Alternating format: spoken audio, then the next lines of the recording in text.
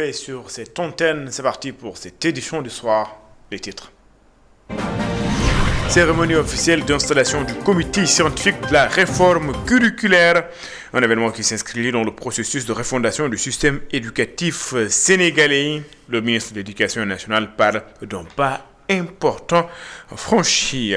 Dakar a abrité les premières assises de la recherche opérationnelle sur le crime organisé en Afrique, une initiative de l'ONG Alliance contre le crime organisé en Afrique. Et puis à Bambilor, des familles risquent de perdre leur maison hébergée dans le titre foncier Bertrand. Donc la caisse de sécurité sociale et la caisse des dépôts de consignation convoitent près de 200 hectares pour des projets de logement. Les occupants crient au scandale. Voilà pour les titres. Le développement, c'est dans une poignée de secondes.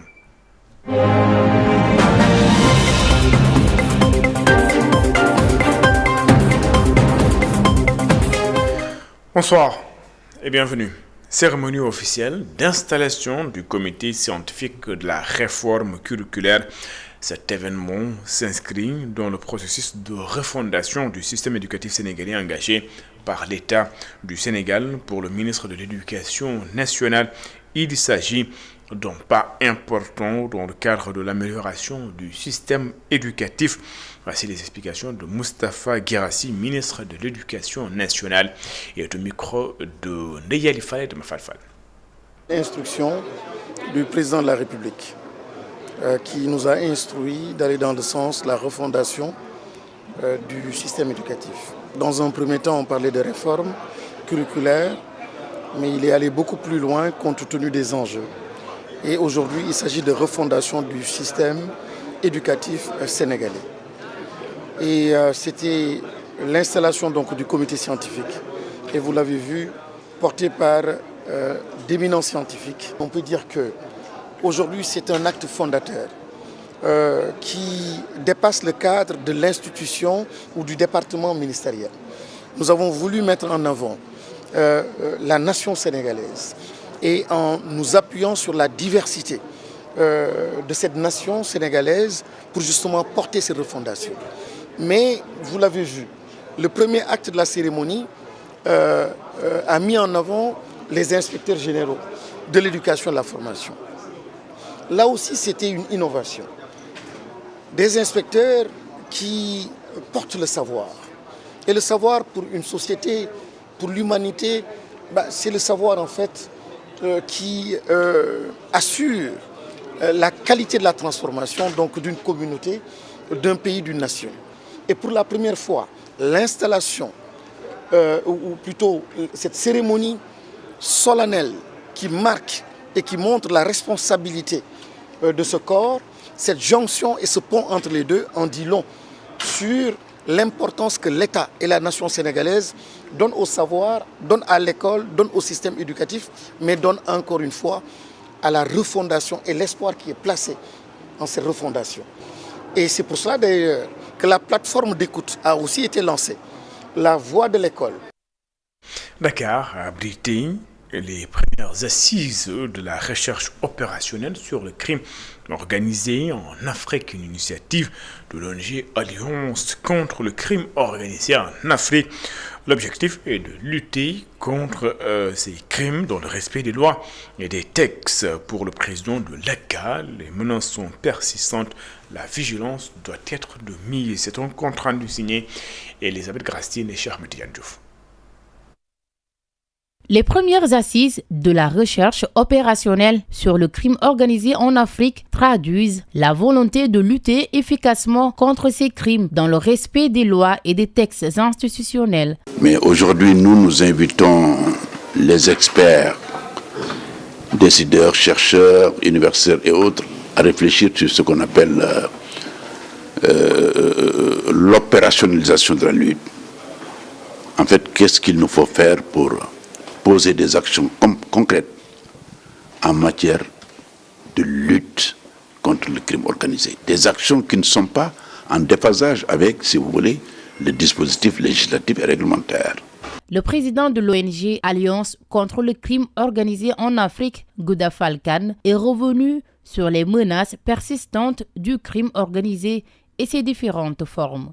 Aujourd'hui, mais toute l'Afrique, que ce soit de l'Est, de l'Ouest, du Centre et autres, toute l'Afrique est exposée à ce qu'on appelle l'évolution du crime organisé. Le crime organisé, c'est une notion englobante qui est composée de plusieurs dimensions. Il y a la dimension économique et financière, il y a la corruption, il y a le blanchiment d'argent, il y a le trafic de drogue, il y a tout. Il a également partagé les perspectives et les résultats attendus à l'issue de cette rencontre. Au sortir des panels avec les différents échanges que nous aurons, et comme j'ai eu à le dire par ailleurs, nous allons élaborer un document de synthèse et faire des recommandations sur, en tout cas, les actions qu'il convient d'entreprendre. Nous ferons un document de synthèse, les actions qu'il convient d'entreprendre. C'est la réflexion qu'on a eu à mener au cours de cette journée. Ces assises visent à promouvoir une réflexion fondée sur la recherche opérationnelle afin de proposer des solutions concrètes et adaptées aux réalités africaines. À Bambilor, des centaines de familles risquent de perdre leur maison et verger dont le titre foncier partant la caisse de sécurité sociale et la caisse de dépôt et de consignation convoitent près de 200 hectares pour des projets de logement. Selon ces populations, sommées de quitter les lieux, elles crient donc au scandale et à l'injustice. Ces populations fustigent le silence des autorités. Voyons tout cela avec Babacar Seck. La Fédération des collectifs impactés par le titre foncier 1975R à Bambilor veut que les autorités du pays prennent en charge ce litige qui dure depuis plusieurs décennies. Non seulement nous avons la légitimité, parce que nos grands-pères sont nés ici, nous aussi nous sommes nés ici, nous y avons grandi et nous comptons y rester. Inch'Allah. Quels que soient les agissements de M. le maire que vous avez dénoncé, qui signe des protocoles et qui va encore signer contre ceux-là qui sont appelés prédateurs. On les appelle ainsi parce que les populations sont protégées par le décret 2006 qui dit en ces termes que le Bertin a subi une exploitation pour cause d'utilité publique pour le maintien des villages ainsi que leur dépendance, l'espace, leur extension et l'espace nécessaire à leur survie. La Fédération des collectifs dénonce l'attribution de titres à des particuliers, source d'un manque à gagner pour l'État. Attribué, n'est-ce pas, à des centaines d'hectares à des particuliers, à des privés. Cela a été dénoncé, et ça, je crois que les autorités le savent, ils connaissent bien le Bertin. Cela a été fait l'objet d'un travail colossal de l'IGE qui a montré que rien que pour les pertes sur les redevances et autres, l'État du Sénégal a perdu une trentaine de milliards. Et l'IGE avait conclu qu'il ne s'agit pas d'un détournement de l'objectif. Pour rappel, le titre foncier 1975R, plus connu sous le nom de Bertin, s'étend sur 25 000 hectares avec en son sein 7 villages de la commune de Bambilor. Babacar Seck, le village de Wayamba, c'est dans la commune de Bambilor, a vécu ce week-end au rythme des activités religieuses et sociales dans le cadre de 48 heures du village. Et les populations ont saisi cette occasion pour mettre à nu les difficultés d'accès au village qui est le plus enclavé dans le département de Rufisque. Elle demande également l'érection d'un collège et des branchements sociaux. Voici les explications de Pape Ndamdiaye, habitant de Wayamba. Nous l'écoutons. Nous lançons un appel solennel pour la réalisation de projets essentiels à notre développement. Une extension de réseau électrique pour éclairer nos foyers et nos rues. Un accès à l'eau potable pour garantir la santé publique, la construction d'un collège pour assurer l'éducation de nos enfants, un appui conséquent à notre poste de santé pour améliorer les soins et les services médicaux, ainsi que la mise en place d'infrastructures routières adaptées, facilitant la mobilité et le commerce. Ces besoins fondamentaux constituent les piliers sur lesquels repose le progrès de Wayambam. Nous comptons sur l'écoute, la compréhension et la volonté politique des autorités pour transformer ces aspirations en réalisations concrètes, afin d'offrir à notre jeunesse les perspectives qu'elle mérite et à nous et à tous nos habitants des conditions de vie dignes. Aux disciples, aux jeunes, aux femmes, aux daïra et aux associations pour leur mobilisation exemplaire et leur dévouement sans faille. Aux médecins, personnels de santé pour leurs généreuses contributions lors de la journée médicale. À la population toute entière, dont la participation active donne à cet événement toute sa grandeur. Panel sur les enjeux du développement local de Thiès, initié par le mouvement Thiès Debout. Pour l'ancien ministre du Commerce, la région a d'énormes potentialités sous-exploitées qui peuvent accélérer d'ailleurs le développement de la zone, mais également du Sénégal. Alioune Sarr plaide pour l'exploitation des gisements de pétrole, de gaz et de minerais de la région. Isidore Alexandre Sen et Samba Fall.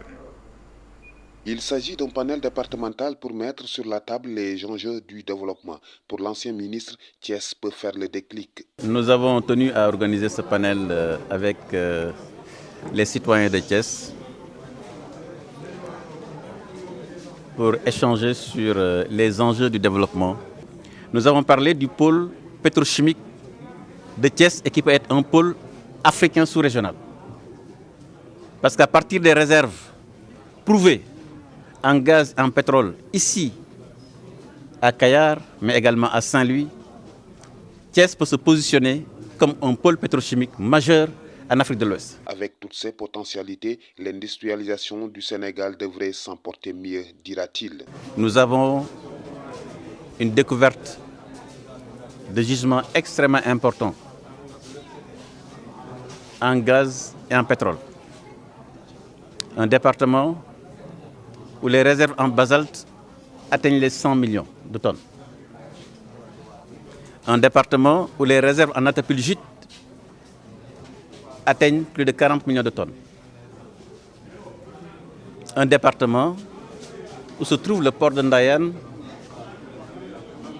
où se trouve l'aéroport AIBD, où passe Ila Touba, et que ce département n'exploite pas ce potentiel au service de sa population, mais au service du Sénégal. Alioune Sarr estime qu'il faut s'en ouvrir au secteur privé en plus de l'accompagnement de l'État. Nous avons identifié des projets agro-industriels, j'allais même dire clé en main, qu'à travers une alliance entre le secteur privé national, les collectivités locales, mais aussi l'État du Sénégal, qu'ensemble, ce partenariat soit construit pour que Thiès exploite ce potentiel pour l'intérêt de Thiès et du Sénégal. Lors de ce panel, l'ancien ministre du Commerce et de l'Industrie a évoqué le futur pôle industriel de Notto Diobass, un pôle porté par la PROSI après l'approbation du conseil municipal, selon le maire.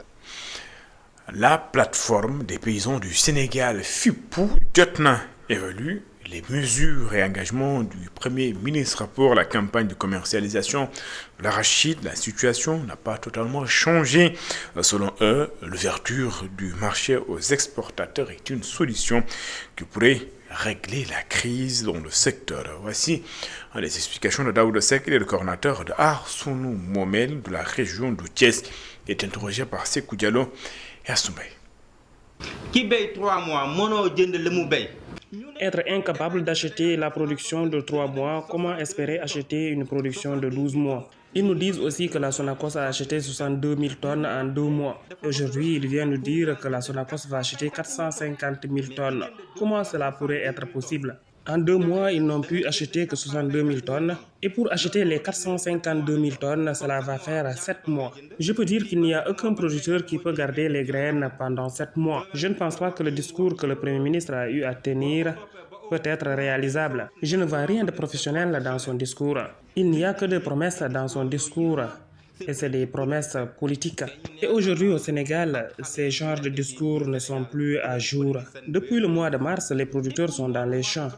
Et jusqu'à présent, la campagne de commercialisation tarde à être effective. Et aujourd'hui, ils nous parlent du 15 janvier pour d'autres actions allant dans le sens de redémarrer la campagne. Et pourtant, étant fonctionnaires, les salaires ne tardent pas.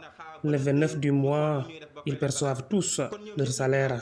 Et aujourd'hui, puisque tous les ministres ont montré leurs limites, nous lançons un appel au président de la République pour des actions concrètes.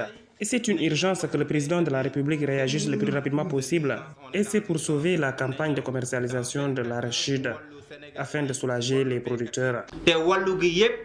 ubbi frontière la parce que mesure d'urgence bu amee da nga koy defee noonu bul xool ni lii laay am bul xool ni lii laay perte. Ziara annuelle de la famille Dema Kohel, c'est dans la région de Kaolack. Le comité d'organisation préoccupé par l'état de l'axe d'Abdourahmane Kohel plaide pour sa réhabilitation. Son ancien membre, les pèlerins, rencontrent d'énormes difficultés en ralliant la Ziara. Les autorités seront interpellées par rapport à cette situation. Sekou Diallo et Astumbaye. L'un des points noirs de cette année reste l'état de la route reliant Darou-Rahman à Kohel. Sur ce tronçon de seulement 4 km, la dégradation de la chaussée constitue un véritable obstacle pour les pèlerins se rendant à la ziara annuelle de la famille Dema. Cette situation fait craindre d'énormes difficultés de mobilité pour les fidèles attendus en masse. Les préoccupations majeures du comité d'organisation de la ziara de Kohel, c'est surtout lié à n'est-ce pas, à l'accès à partir de Darou-Rahman jusqu'à Kohel, un tronçon qui fait 4 km, qui est en piste latérite, véritablement qui souhaiterait être arrosé avant, pendant et après pour permettre aux pèlerins véritablement de voyager dans de très bonnes conditions. Du côté du comité d'organisation de Darou-Salam, les inquiétudes se cristallisent autour de 2 axes majeurs: l'électrification et la sécurité. Nous avons exposé nos expressions de besoin en matière de sécurité et les autorités nous ont écoutés et ont pris note. En matière de santé aussi, nous espérons qu'un appui conséquent sera apporté. Face à ces enjeux, la mairie de Darou-Salam a réaffirmé sa volonté d'accompagner les différents comités d'organisation de la zone, incluant celui de Touba Saloum, pour pallier les manquements logistiques. Pour ce qui concerne Touba Saloum, nous allons reconduire ce que nous avions fait les années précédentes. Nous allons faire surtout focus sur la santé et l'appui en vivre. Sous l'égide du préfet du département, une réunion de coordination a récemment réuni l'ensemble des chefs de services départementaux. À l'issue de cette rencontre, chaque service a pris des engagements fermes pour assurer le succès de ces 6 manifestations religieuses. La presse privée contre-attaque après la sortie de Cherbar Ndiaye sur l'organisation de la journée. Sans presse, le CEDEPS a déposé d'ailleurs une plainte contre le député membre du groupe parlementaire PASTEF, Mamadou Ibra Kane, juge ces déclarations diffamatoires et dénonce une tentative de discrédit de la presse. Mamadou Ibra Kane, il est le président du CEDEPS. Il est joint par Catherine Sigando. Le député, sans aucune certitude, dit de manière péremptoire que ce sont ces téléphones-là qui ont donné cette information. Comme quoi, c'est le député Farbangom qui a organisé la journée sans presse du 13 août 2024 et que c'est lui qui serait derrière. La journée sans presse a eu lieu le 13 août 2024.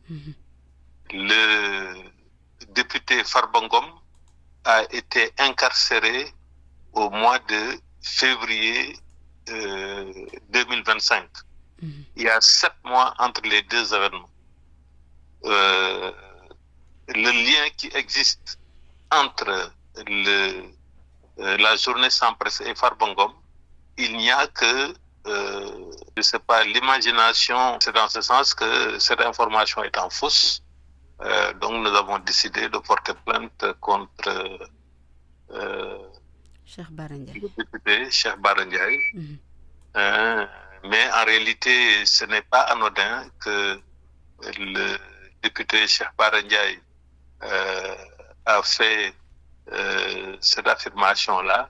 Cela s'inscrit de manière générale dans la politique de dénigrement par le nouveau gouvernement de la presse privée. Ramatoulaye Baldé, c'est le nom de la gérante de multiservice à Dalifort, tuée lors d'un braquage. La question de l'insécurité dans la capitale remis au goût du jour. Certains citoyens invitent les autorités à agir. Selon eux, il faut que cette situation change. Ils prêchent également pour le retour de la peine de mort. C'est un sujet de Aïssatou Sey et de Cheikh Ahmed Tidiane Diouf. L'insécurité ne cesse de croître à Dakar. Au marché Colobane, les citoyens regrettent ce phénomène qui prend de plus en plus d'ampleur. Ce vendeur soutient que les auteurs de ces actes cherchent la facilité, mais aussi il pointe du doigt les parents. La cause est que les jeunes veulent réussir sans travailler. Les parents aussi jouent un rôle important car ils n'éduquent pas leurs enfants alors que c'est leur devoir. Pour cet homme, il n'y a pas assez de sanctions pour ces agresseurs, ce qui les encourage à continuer. Les sanctions doivent être lourdes, mais on ne doit pas les garder en prison juste un petit moment et après les libérer. Sinon, après, ils continueront. Ce jeune partage son avis. Il estime que l'État doit mettre en place la peine de mort. Ce qui s'est passé à Yarar est très regrettable, car c'était une jeune femme, comme nous, qui faisait son travail. L'État doit mettre en place la peine de mort, car il y a trop d'agressions, et c'est très dur. Même la religion nous le dit, on doit imposer la peine de mort, c'est la seule solution. Face à cette situation, les citoyens s'inquiètent. Ils appellent l'État à prendre des mesures au plus vite. Aïssatou Sey, c'est la fin de cette édition. Merci de l'avoir suivi. Excellente suite de programme sur les antennes d'ITV. Je vous donne rendez-vous juste après cette édition dans votre émission. L'invité de la rédaction, je reçois ce soir El Hadj Sissi. Il est coach et consultant sportif. Vous l'aurez compris, nous allons parler du sport. Nous allons parler également, nous allons revenir de longtemps en large sur cette victoire de l'équipe nationale du Sénégal devant l'Égypte et parler aussi de cette finale tant attendue ce dimanche 18 janvier. À tout de suite.